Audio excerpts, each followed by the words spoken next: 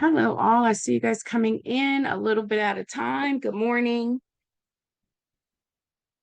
Give us a second. We're going to wait for folks to be able to get in and get settled, and we'll get started in just a minute. If you would like, please drop in the chat who you are, where you're coming from.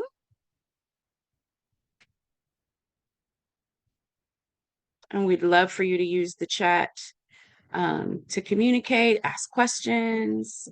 You have things you want to highlight. Let us know. Good morning, Ev. Give it about another minute or two before we get started.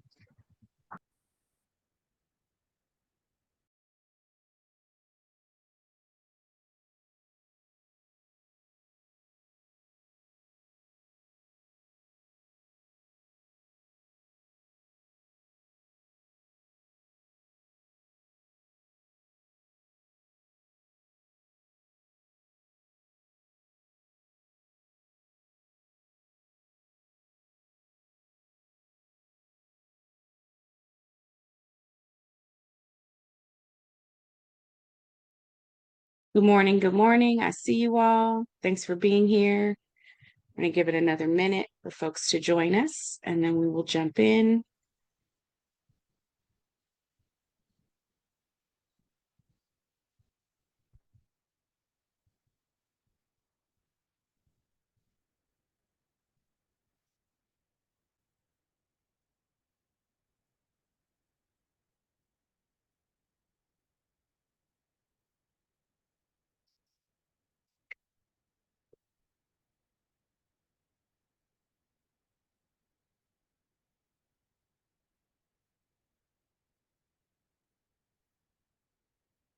All right. It is 9:02. So I am going to go ahead and get started here. Do our little intro slides, do a brief introduction of what we're here for today, and then we will go ahead and introduce our panelists and get started. I'm super excited that all of you have decided to join us today. This is one of my favorite things to do. Not just because of the work that we do here at the Well Project, but because I love this kind of environment where we're all learning something new, potentially, or reinforcing information that we already had. So welcome again. My name is Bridgette Picou. I am the Stakeholder Liaison for the Well Project. And we want to welcome you to our Watch 2.0 series. This is number 3 in the series, and this one will be on treatment and prevention equals action. This whole series is all about not just advocacy, but remembering and reminding ourselves of what HIV is, how it impacts our lives. But the intent is for folks who have an interest in advocacy to brush up on skills or reinforce skills or create new ones. And so I'm excited that we are all here together. Again, I'm going to remind you that you can use the chat to ask questions, to talk to each other, to talk to the panelists. We will be monitoring that. Next slide, Olivia. So the Well Project, in case you're not familiar with us, is a nonprofit organization.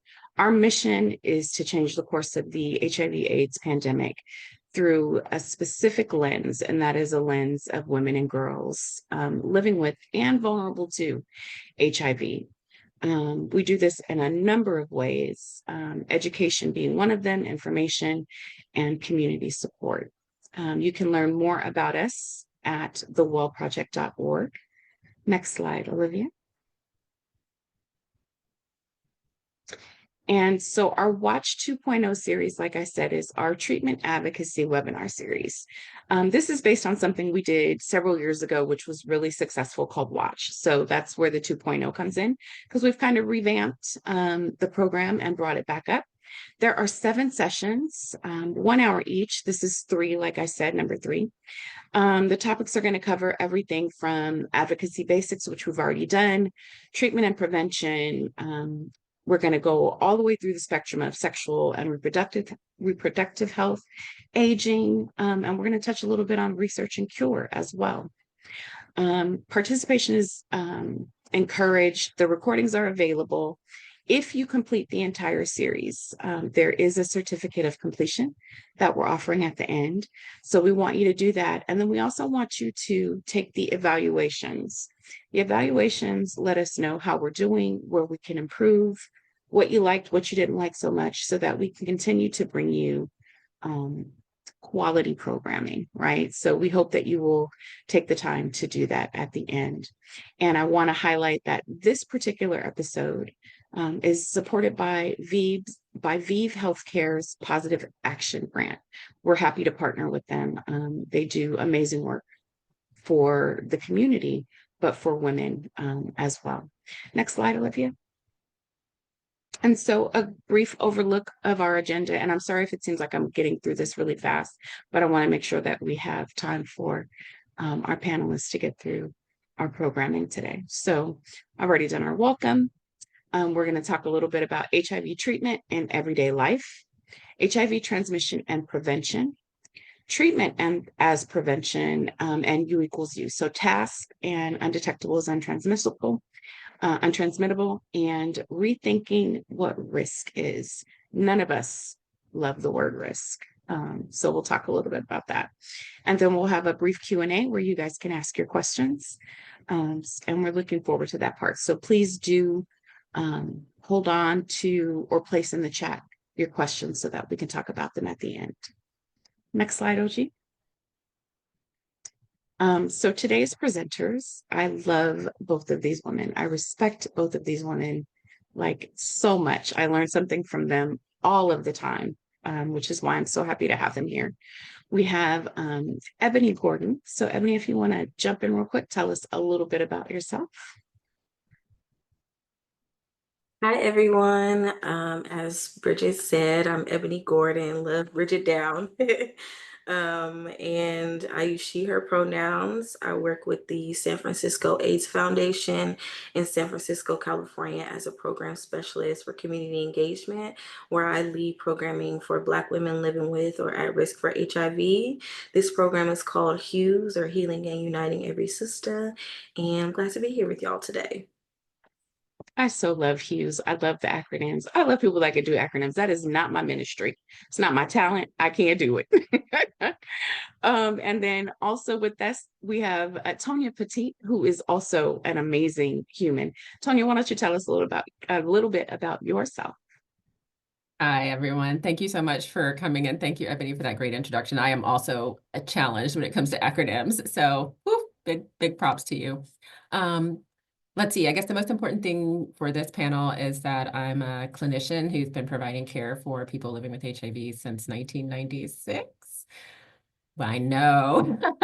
And before that, I ran an AIDS hotline for women back in the day. So I've had a long commitment to women's health and to HIV prevention and care. And I'm currently on faculty at the Duke University School of Nursing, where I do mostly research and still have a part-time clinical practice. So thank you so much for inviting me to be here. I'm looking forward to our conversation. Love it. Thank you so much. I always say that clinicians that do HIV work can almost do no wrong, because it is a space where we need to have representation and people taking care of us. So thank you for your work in that. And I'm going to turn the program over to our presenters. I'm going to go off camera, but I am here.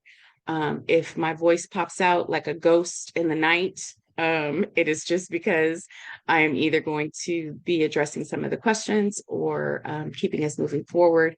So just know that I am here should you need anything. And also want to shout out that our silent partner and our silent presenter in all of this is the amazing Olivia Ford, who is our editorial director. She's going to be handling slides for us today and doing the tech stuff.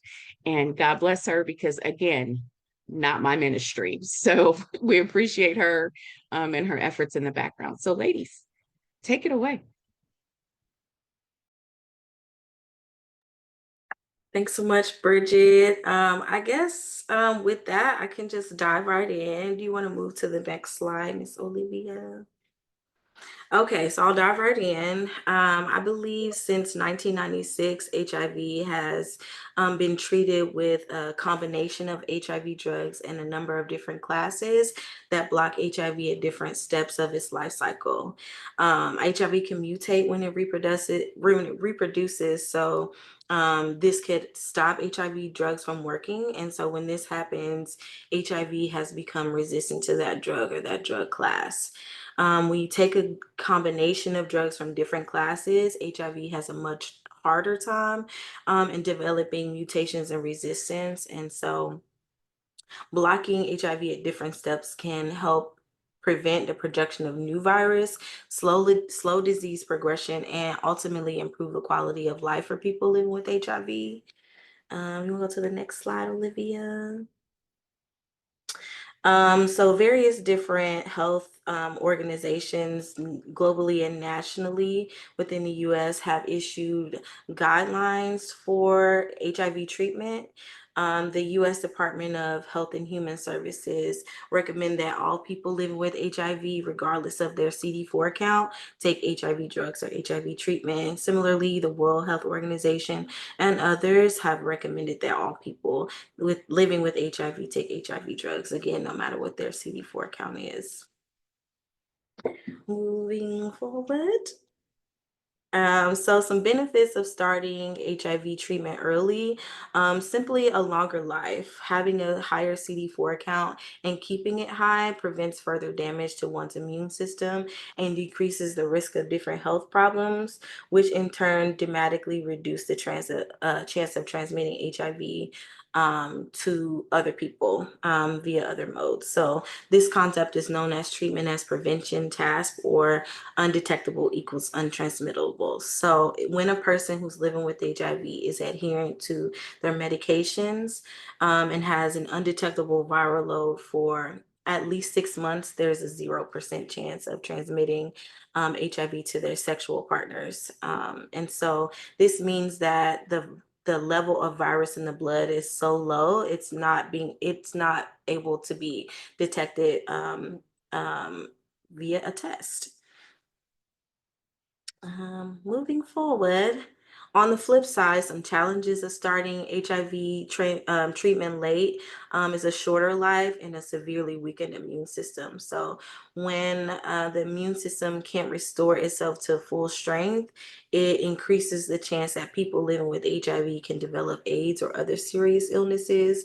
And there's a greater chance of immune reconstitution syndrome, which is a mouthful, honestly, when HIV drugs are started and the CD4 count is low. So what this concept means is that when the CD4 count is low and treatment is started late, there is a chance that there's an overactivation of the immune system. And so this creates inflammation in the body, also known as iris. Yes, this creates inflammation in the body, which can damage other tissues in one's body for a person living with HIV. Additionally, potential treatment or transmission to others is higher. So for sexual partners, babies during pregnancy, birth or breast or chest feeding is increased if that viral load is higher. And I think it's time for a poll.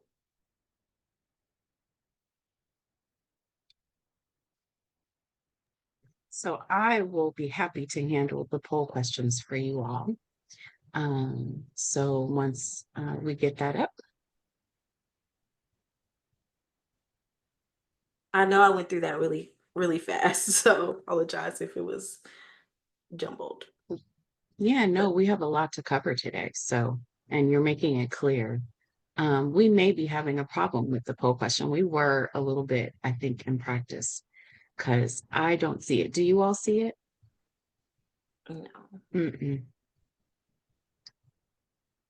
So maybe we will skip it for now and ask them at the end. I'll just quickly say sorry Olivia, I about saw you that. This come is up. Olivia. I am having something. Yeah, we can skip it for now if we want to go into the next slide, and Yeah, we'll just double up on questions the next time, if that works. sounds like a plan to me. Okay, sorry You about know, it is amazing that technology continues to do us like this. They be doing us dirty, right? We've been doing Zoom now since when did we start this? In 2020, 2019 with COVID, 2020 with COVID. 2020, yeah. And technology still does us dirty, but that's okay. We got this. Moving on. Great. Well, I'll take over with the next slides, and I'll have to say technology does us dirty, and I also do technology dirty. I'm like, I forget to come off mute now like it's 2020. So it happens. So diving into the next section of things that we wanted to talk about in terms of treatment, we now have really powerful tools to manage HIV.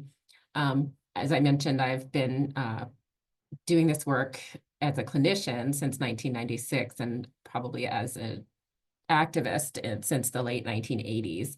And the advances in HIV treatment since 1987 are really remarkable.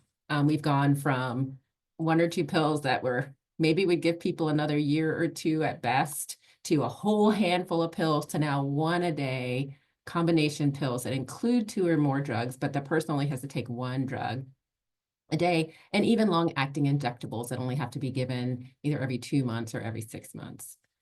And even with improvements in drug treatment, it still requires that people make a lifelong commitment to treatment in order to keep their viral load suppressed and remain healthy. We can go to the next slide. So what does adherence mean in practice? It means taking medications exactly as they're prescribed. It means taking the drugs at the right amount, at the right time, as directed. If they're taking oral medication, and if you're getting injections, making sure you get your injections on time. And this really is what it takes to make sure that the medications work properly. My mother always says, like, pills can't help you if you're still in the bottle. So you have to put them in your body when they're supposed to be in your body for them to work. Next slide. Adherence is important because in order for the drugs to work, they have to get into your bloodstream, and a certain amount of drugs have to stay in your blood in order to fight HIV. So taking pills or getting injections on schedule makes sure that you have the right amount of drug in your body for the period of time it needs to be there. There's something called the half-life of a drug that you might have heard of, and that's different for each medication, how long it stays in your body before it starts to drop off below a level that it's effective. And taking it on time, make sure that you keep that level high enough for it to constantly work. Next slide.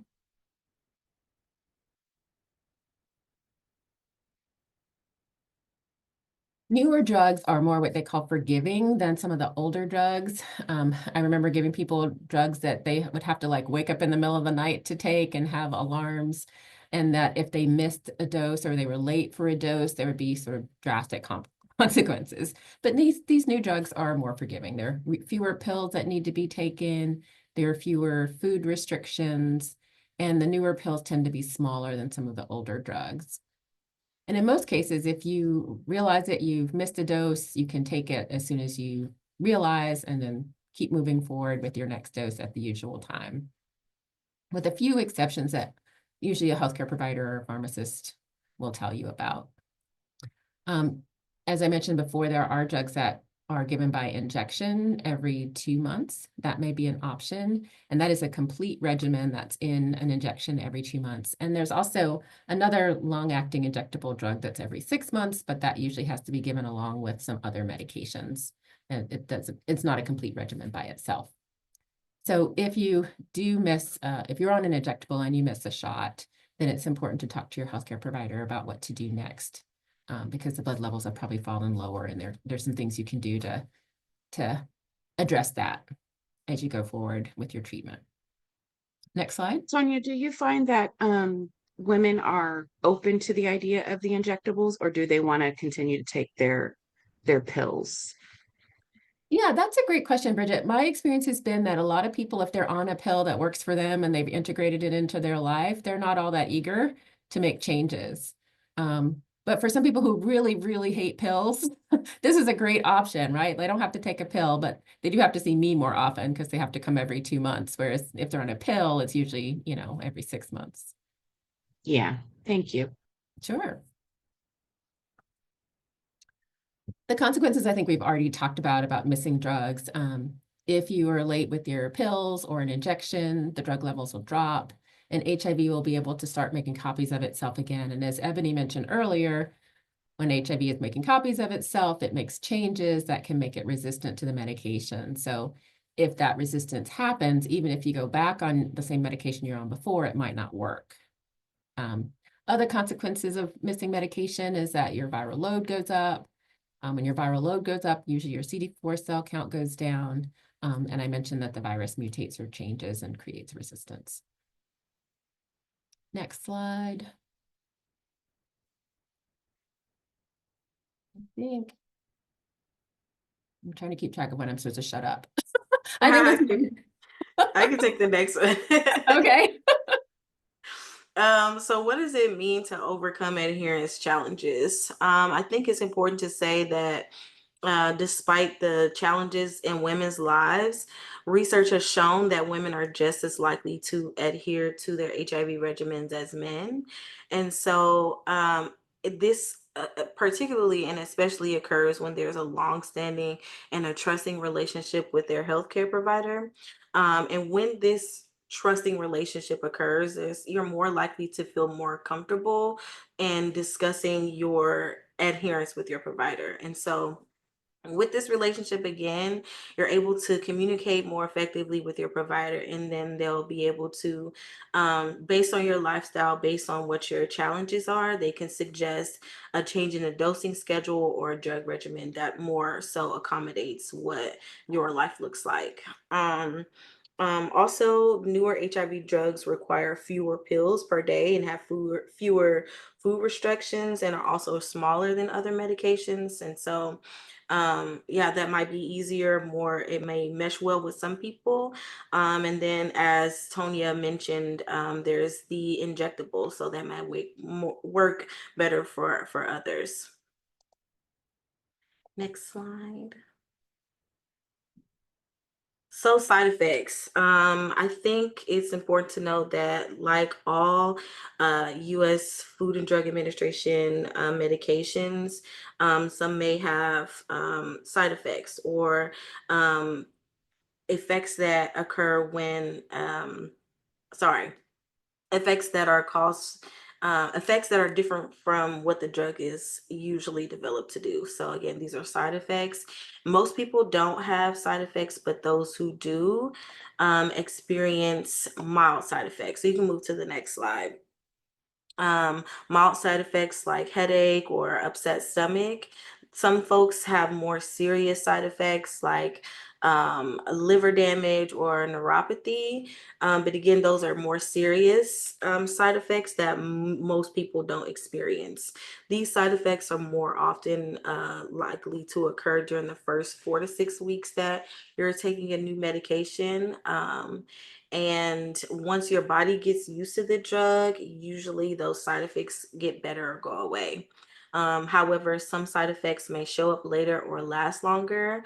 And with these new medications, we may not know what the long-term side effects may be because they're newer. And so there has to be an amount of time for us to be able to gauge what side effects may occur that are longer term. I want to jump in here and say that it's really important for women to discuss. I put it in the chat, but it's really important for you to discuss all your side effects with your clinicians. I think that side effects that women have tend to go underreported. I think because we don't want to sound like we're whining or like we're complaining, or sometimes we have this idea that we're supposed to be grateful that we're on medication, but people can't fix what they don't know. And if you're on a medication that is not working for you, there may be something that works a little better. So whatever those side effects are, make sure that you talk to your clinician about it. Yeah, I'll agree with Sorry. that. I think no, I thank you for saying that. I have said one of the reasons that we ask people to come back if we're switching in medication or starting a new medication, come back earlier, like maybe they've been coming every 6 months and that works for their life, but we want to make sure that sometimes there's side effects that people can feel in their body, like if you're nauseous or have a headache, but there might be side effects that you don't feel in your body that we can only tell from blood tests. So we would need to have somebody come in and get blood tests to make sure that everything is safe. So that's why we do that. And Bridgette, it's also true, there are people who just sort of feel like they have side effects are just part of what you have to deal with when you have HIV. And while that might have been true when we had fewer drugs that that weren't as, I guess forgiving is the word we're using before, now for most people, we can find a regimen that works with their life. So it's definitely worth talking about. I think knowing about side effects is the next slide, right? Mm-hmm. Okay, thanks. Each of the drug does come with a sheet inside that you might have opened up with information about side effects. It's long, it's detailed, it has big words that are hard to understand, and reading it can be terrifying. I don't know if you've ever pulled out like the like information sheet from aspirin. It's like you would never take an aspirin again. That's because the people who make the drugs are required to list every possible side effect, even rare side effects that people almost never get. So it's important that even though that big, long, scary list is there, to know that, as Ebony mentioned, not everybody will experience every side effect. Some people experience no side effects, and people might experience side effects in different ways. So before you start a treatment, it's important, if your provider doesn't already do this, to make sure that you ask them, what should I expect? How long should I expect to experience it? And what should I do if it happens? Next slide.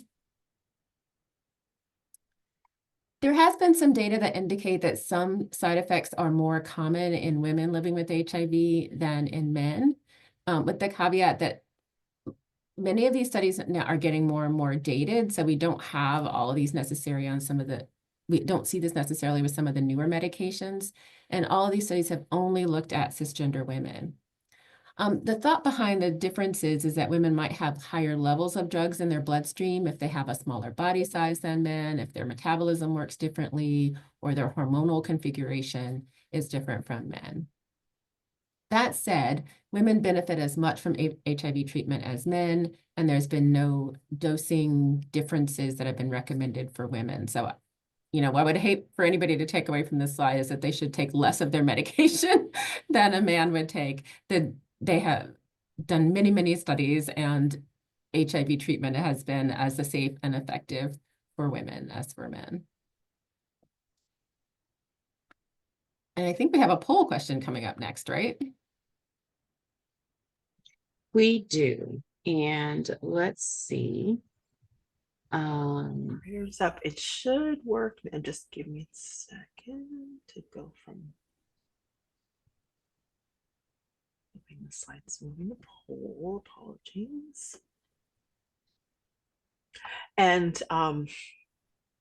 the first of these will be review from earlier on, and then some will kind of anticipate some of the info that we'll have a little bit later. Can folks see that question? There we go. It worked. So our question is, what are some potential challenges to practicing medication adherence? And if you would like to take the poll, this is a type in the short answer. And I know sometimes folks that are on the calls are at work or not in a space where they can actually get in to vote. But if you can, let's go ahead and take a second, see if you can get in and vote. There really is no wrong answer, because every answer is an opportunity for discussion. So don't be shy. You want to type it in there. We can't vote as a host or a panelist, which is a good and bad thing, I guess.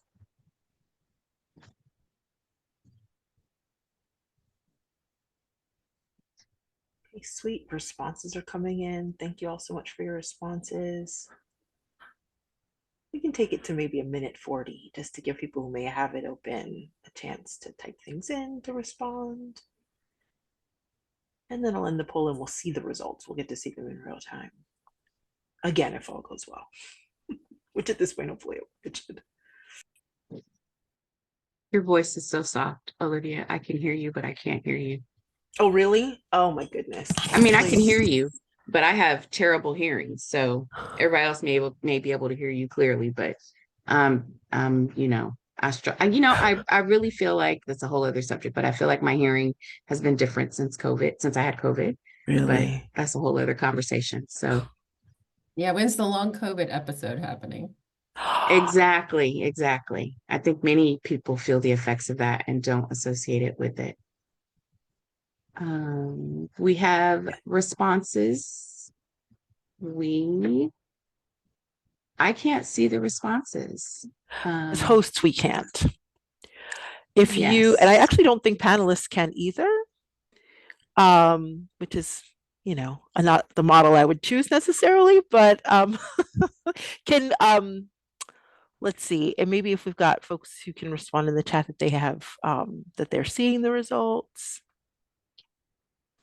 Jenna says they can't see the results. Really? Okay.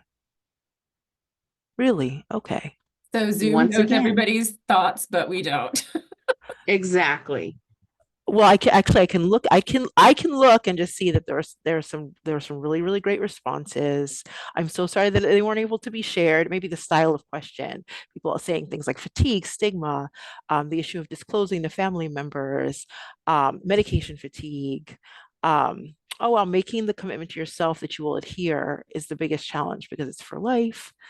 That's a Feeling great answer. targeted. Yeah, exactly. I really am so sorry. It may be the short answer style. I thought that they would be able to be seen, but I apologize if they're not. But they are really great responses. People may feel targeted, environmental challenges. Louisa and Anna in the chat said the fear of some of the side effects, which I also think is a great answer. Because fear of the unknown can be paralyzing sometimes. So those are great answers. And we'll do, I think, one more in this go round. All right.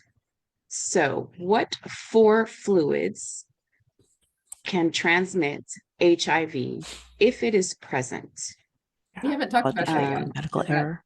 Is that cool that we haven't talked about that yet? Actually, yes, because the idea was, oh, let's see what folks think prior to, and again, it's not a gotcha question, but the idea is just sort of to crowdsource responses prior to talking about it. The other one was review because, again, after. I like that. Tech issue earlier. And just to point out, Ebony said that housing status and IPV is intimate partner violence for those who may not be familiar. And those are definite things that affect folks' ability to take their medication on time, all of the time. You know, I'm not a fan of the word adherence. I just don't necessarily know that I can think of one that I would use in place of it.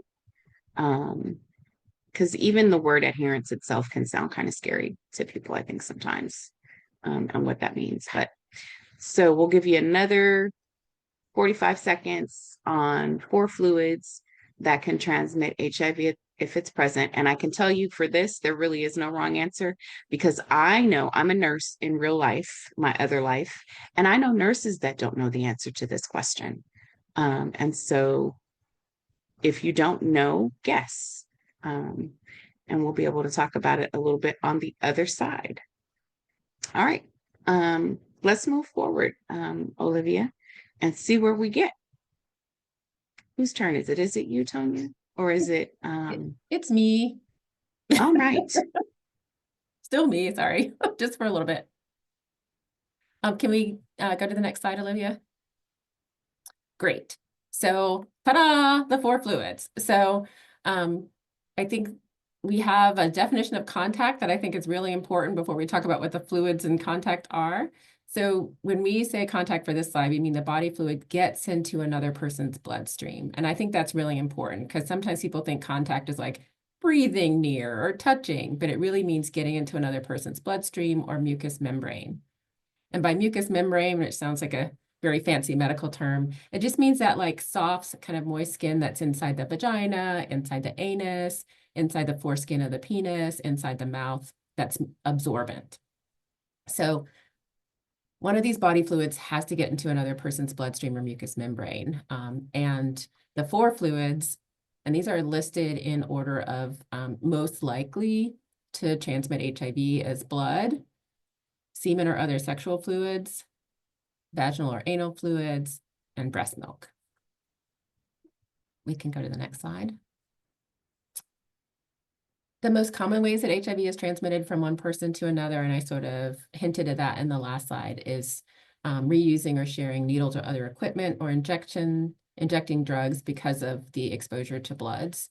And drugs don't have to be recreational drugs. It can be things like medications, like steroids or hormones. The second most common way is unprotected or unsafe sex, vaginal or anal sex.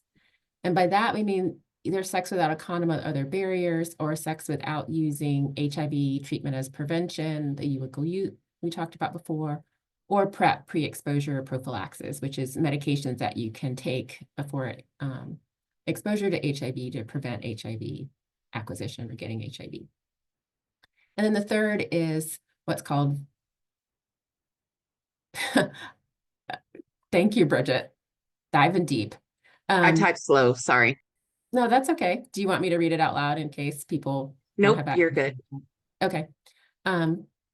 Yeah, the third is vertical transmission during pregnancy, childbirth, or breast or chest feeding. And we have moved away from the term mother-to-child transmission because, for one, the word mother is like laden with meaning in our society.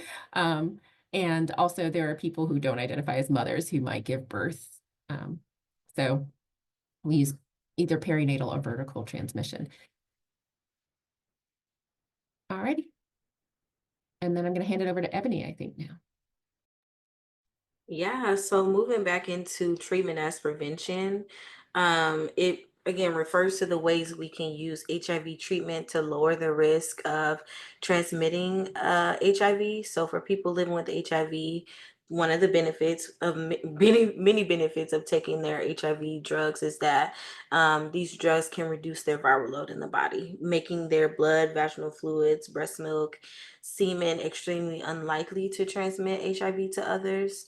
When it comes to HIV transmission through sex, multiple different forms of research have shown that people living with HIV who are taking their HIV treatment as prescribed, their viral load is undetectable and continues to be undetectable for at least 6 months. That person has a 0% chance of transmitting HIV to their partner through sex. Yeah. So undetectable equals untransmittable. This is the foundational concept of U equals U. Keeping a viral load low helps people living with HIV to feel better as well. So a low viral load means a healthier immune system, which in turn prevents a person's HIV from progressing to AIDS and other co-occurring health disorders. You can find more information about U equals U treatment as prevention on the Well Project's website. They have a lot of different resources that are helpful for people in understanding treatment as prevention, U equals U, etc. So next slide. Again, U equals U, that having an undetectable viral load reduces your chance of transmitting HIV to sexual partners to 0% chance. Large studies in couples where one partner is living with HIV and the other is not, when the viral load is undetectable, no HIV negative partner acquired HIV through their sexual partner. However, this did not look at undetectable viral load and HIV transmission through the use of shared injection equipment. And there's more research that's needed on HIV transmission through breast milk, although this risk is very, very low when the parent is taking their HIV medication. Next slide. I think it's another poll. Another poll. All right, looks I like we have another poll question. It Um, does. I'm going to and take disembodied go ahead. voice privilege and say, why don't we just go ahead and skip this poll question and just so that we can have more time for conversation and all. Do folks feel okay about that? Try to Perfection. change things, midstream, but since we're having a little bit of tech difficulty, Yeah, no why not? doubt. Why not mix it up? Okay. All right, so preventing perinatal transmission. Treatment as prevention has been used and known about since the 90s when research showed that pregnant people living with HIV who use AZT or zidovudine greatly reduce their risk of transmitting HIV to their babies. And it's now become a standard practice to test all pregnant people for HIV. And when a person finds out they're living with HIV, they are provided with HIV treatment. It's also standard practice now to give HIV treatment to babies of people who are living with HIV. And when on HIV treatment and an undetectable viral load, the likelihood of transmitting HIV to a baby during pregnancy, birth and breast or chest feeding can be less than 1 out of 100. Can I just pop in here and just say, Yeah. like, since we've had combination treatment and undetectable viral loads for most women when they're delivering, it's very uncommon for mother or parent to child or perinatal transmission to happen. I would say, I was looking at the data from this North Carolina, the state I'm in last night, and there were 2 in the whole state for the whole year. So less than 1 in 100 sounds like 1 in 100 is common, but treatment is really effective. All right, I'll stop being excited and go back. No, thanks. No, that's great that you highlighted that actually, because it does, people who um, don't know. And so it's great that you highlighted that. Thank you. And I also want to just reiterate what Tonia said earlier about the term mother to child transmission. It implies that the parent has the intention or wants to transmit HIV to their baby, which fuels stigma for other people. And again, implies that a person wants to transmit or assume that the pregnant person identifies as a woman. So vertical transmission or perinatal transmission is a much more preferred term. Next slide. So what is treatment as prevention for people who are not living with HIV? Pre-exposure prophylaxis or PrEP, which is taking drugs before exposure to prevent disease. So an HIV negative person will take HIV drugs to reduce their risk of acquiring HIV if exposed. So this can be especially helpful for HIV negative women who want to get pregnant and whose male partners are living with HIV. And then it's a promising tool, and I think very helpful for women who want to prevent HIV without their partner's knowledge. So they can take, I don't think initiative is a word, but they can take control of their own health status and use PrEP as a tool to prevent them from acquiring HIV without their partner's knowledge. Next slide. Another form of treatment as prevention for people who are not living with HIV is PEP or PEP post-exposure prophylaxis. So HIV drugs are taken for about a month after possible exposure. So via needle sticks, sex without a condom, or sexual assault. So again, people who are not living with HIV, if exposed within the first 72 hours of exposure, they take this medication right away to prevent them from acquiring HIV. And Tonia. All right. There was a question in the chat that I want to get to. Is now a good time, Bridgette? Absolutely. Okay. Somebody noted that if someone's taking HIV, oh wait, there's multiple questions. Look at this. This is amazing. Okay.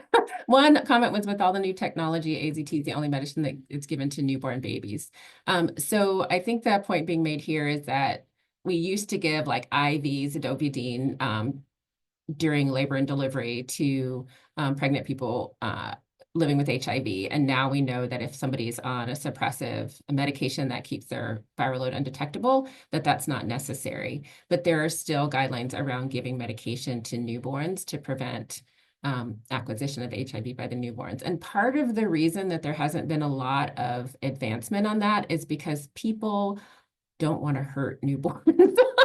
And doing research on newborns to look for other options or not giving them anything is perceived to be really, really risky.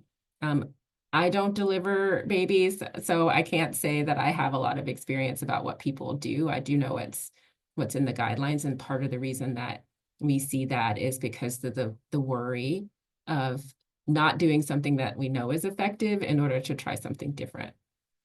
So I did just want to comment on that.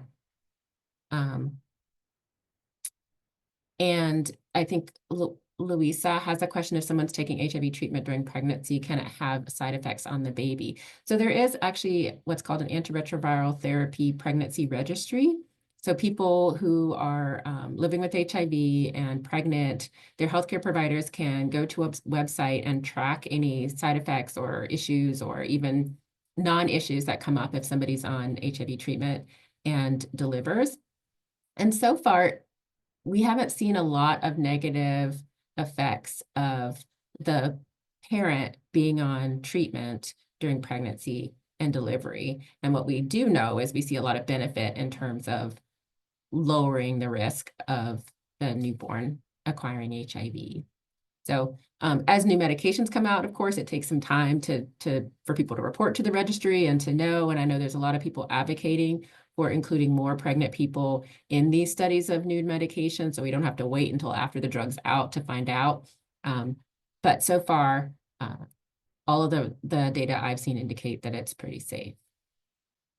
Yeah, So, and on that note, Biktarvy was just approved for use during pregnancy. And so that is a good thing. It's another tool in the toolbox for birthing parents to have to try to ensure that their baby is born HIV free. So there definitely are advancements about that are coming forward, but I agree with you. When it comes to the babies, I think the general consensus is if it ain't broke, don't fix it. So we don't break babies in the process, right? Like, for lack of a better way to put it. But yeah, thank you. one of the reasons I love Bridgette is she takes all my gobbledygook and then makes it super clear. So thank you for doing that. Okay. Shifting back to the slide that's in front of us in terms of thinking about and reframing the term risk. And risk, the word suggests that you're doing something wrong. And it's not how most people perceive themselves or even want to be seen. And it can keep people from thinking about their prevention needs. I know in the land of research where I spend a lot of time, there's been all this conversation about risk perception and how to increase people's risk perception so that they will be more likely to consider HIV prevention options. And really, that's not how I think about my life. That's not how most people think about their lives. Like when I get in my car, I'm not like, what is the risk of me having a car accident? I'm thinking, I need to get from here to there, right? It focuses on people's individual actions in relation to HIV. And most of us, when we make decisions that affect our likelihood of being exposed to HIV, it's not usually an individual decision in that way. There are some forces outside of people's control, like systemic racism, poverty, where people live in the country, experiences of trauma, and a host of other factors that affect somebody's vulnerability to acquiring HIV. So using that term risk can apply a whole bunch of things that are not accurate. So we can go to the next slide. In the modern era of HIV, which feels funny because I've said modern era now for the last 30 years, it's meant something different. But today, there are a range of, oops, bring me back, Olivia. And do you see did it went back? Do you see? Yes, I do. Okay, good. Sorry about this. Totally. That's okay. There's a range of options for staying negative. So terms like risk factors, at risk, high risk, risky behaviors, they don't really account for that. And I'm actually not even a fan of the term that we have in one of the slides, unprotected, because I think that people have used that for so long to mean sex without a condom. And I was like, there are many ways that sex without a condom can be low risk for HIV acquisition and transmission. And we have even more ways now. People can take pre-exposure prophylaxis. People can choose to do sex acts that don't have those fluids that we talked about that can transmit HIV. I could go on and on forever. I used to be like a safe sex educator in my former life, so I could talk about this forever. So some of the alternative terms to things like HIV risk would be things like HIV relevance, reasons for HIV prevention, vulnerability to HIV, although I have heard some people pushing it back against that term vulnerable too, because it sort of implies powerlessness. Chance or likelihood of acquiring HIV is the term I use, because that's what we really mean. How likely is that person to be exposed to or acquire HIV? And instead of using terms like at-risk individuals, terms like people who could benefit from PrEP, people with reasons for HIV prevention, and instead of things like risk reduction tools, things like sexual health tools and options. And I know when I talk to people about options for preventing acquiring HIV or getting HIV, I never talk about them being at risk or being risky. I talk about their sexual health. It's like most of us want to have good, healthy sex lives. And I was like, well, these are some things that are available to you that could protect you from HIV or STIs. Let's talk about what they are and what might work for you in your life. And it really has nothing to do with how quote unquote risky or unrisky I think that person is. It's about them knowing all the options that they have available to them for their sexual health. So I'll get off my soapbox now. I think we're at No, this I one. love that. And I love that you said options, right? Because that's really what it's about. And I think the way that we perceive and look at ourselves has a lot to do with how we perceive and look at our vulnerability to HIV. So I try to avoid the word risk at all costs when I'm having conversations. And Darren in the chat put that in the early 2000s, we had a conversation about the language and ended up with risk as the word safe, which was even worse because one could pile up on stigma and discrimination. Do we need further conversation on language? Oh, yes. And you are right. Oh, yes, we do. And it's definitely, I think, what needs to be an ongoing conversation between the community and researchers and scientists. Yeah, I saw you mouth it, Ebony. And you know, it's funny. I wrote this blog where I talked about the fact that we separate out community and science and community and research and community and clinicians. But in reality, we're all one big community. And we need to think of ourselves as one big community so that some of this separation stops and the finger pointing stops. And so that we really can come to a space where there's trust between each. You know, Tonia, you were talking, or Ebony, you were talking about the trust between women and their clinicians. And it's critical, you know, that we trust the people that are taking care of us in order for us to be able to make the best autonomous decisions for ourselves. So yeah, we have 7 minutes left for more discussion and conversation. And so if you have a comment or question, please, please, please put it in the chat. I have some questions that I'm going to ask in the interim until you guys start populating them in there. And thank you so far for using the chat and being an active part in this conversation. Rita said, I think it's sad that this language is being used when it comes to STIs and HIV, but all people have sex in many ways. And this is why stigma is so high in the HIV world. Agreed. Cece, who works as our program manager at the Well Project, always has this thing that she says that I repeat all the time, where she says, hopefully the sex that you have is different than the sex that I have, that I had to acquire HIV, which is really a way of getting people to think about the fact that we all have sex. We all have the same types of sex, right? We all do the same types of things. And so The difference is the presence of HIV.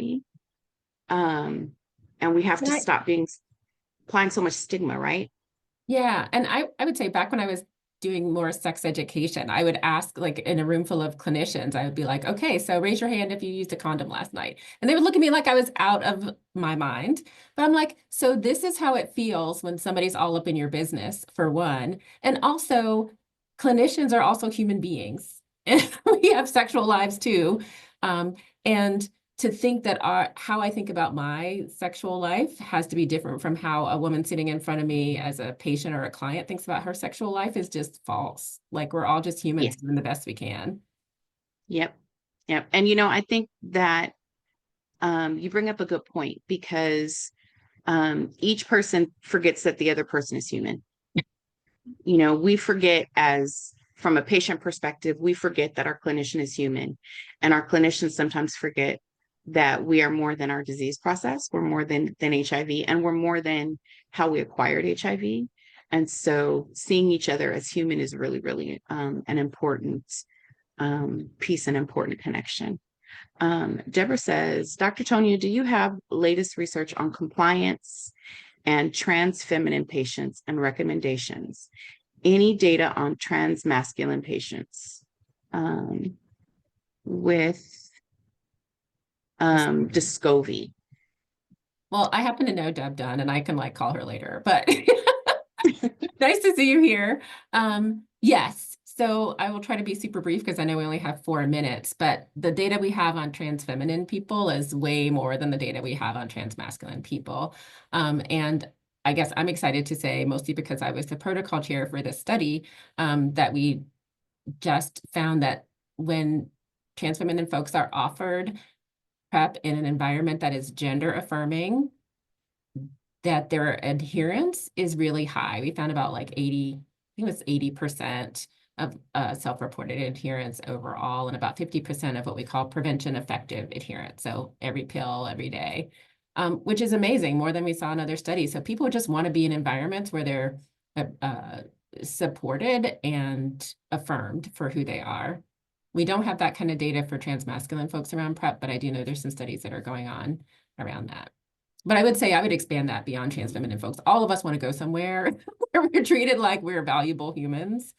And it will increase that trust that Ebony was talking about, I think, and help people to feel like this thing that this provider is asking me to do, they're asking me to do for my benefit, because I trust that they have my best intentions at heart.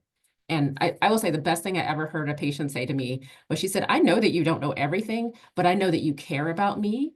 And so you will find out what you need to know to make sure you're taking good care of me. And then I, like, almost cried, because it's true.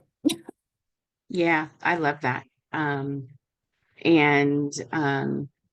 You know, one of the things that I didn't say at the beginning, because I think I kind of feel like the community just happens to know, but you know, when the Well Project, when we talk about women, we are talking about women across the entire gender spectrum.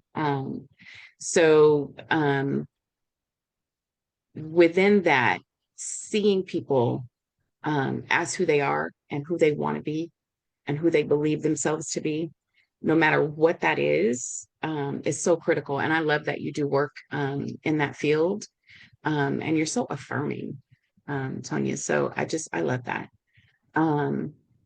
There was a question in the chat about PrEP lowering the efficacy of estrogen.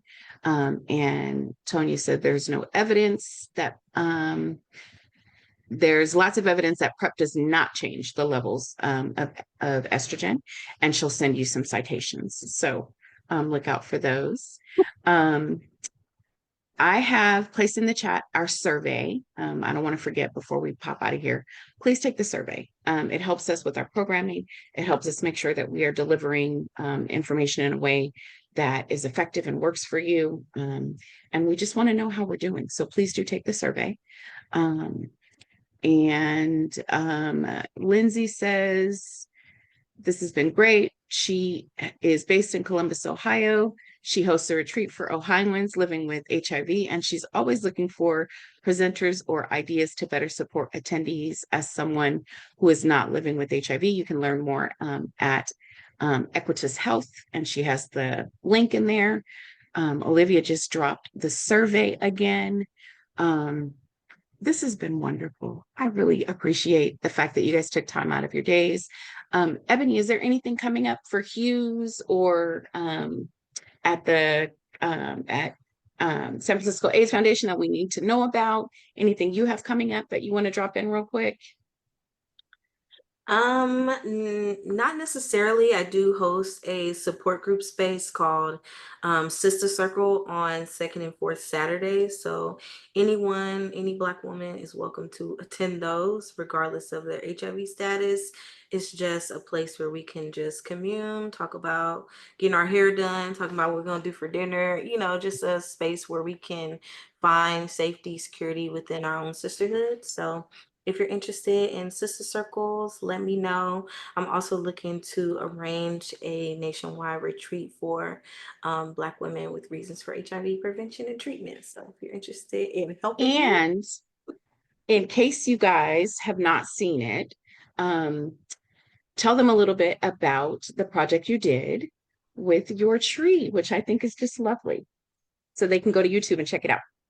Oh yes, the Songs of Our Mothers singing tree mural and the documentary. You can find it on YouTube called Songs of Our Mothers, but essentially it's engaging with three long-term survivors of HIV, all of whom are Black or Latina, and just explains their journey through womanhood as people living with HIV. So it goes through a few stages like youth and young adulthood, elderhood, and the middle ages.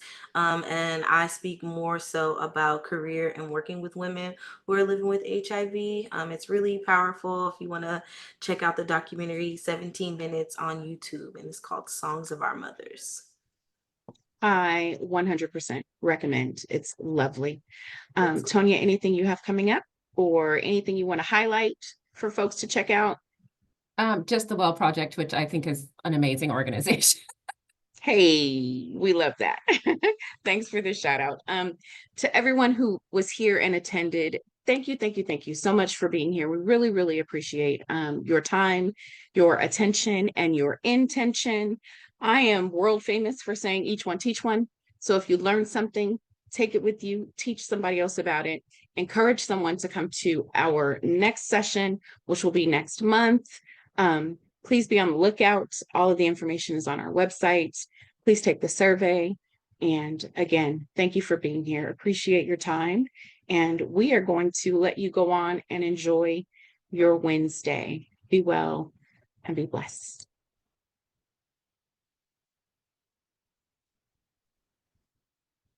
Thank you, Bridgette and Ebony and Olivia. It was amazing. Thank you. Thank you. Thank you. Shout out, OG. Thank you so much. Because like I said, not my ministry. I can't do it. Oh, always a pleasure. And Always a pleasure to be a literal fly on the wall and just enjoy y'all's amazing conversation and this knowledge and all of the wonderful conversation in the chat. A good hour. I'm gonna go get lunch now. Yeah, indeed. Eb, text me your phone number because for some reason it's falling out of my my phone. I was losing my mind earlier trying to find it. Okay, I will. Oops. Thank you, friend. We'll talk to you soon.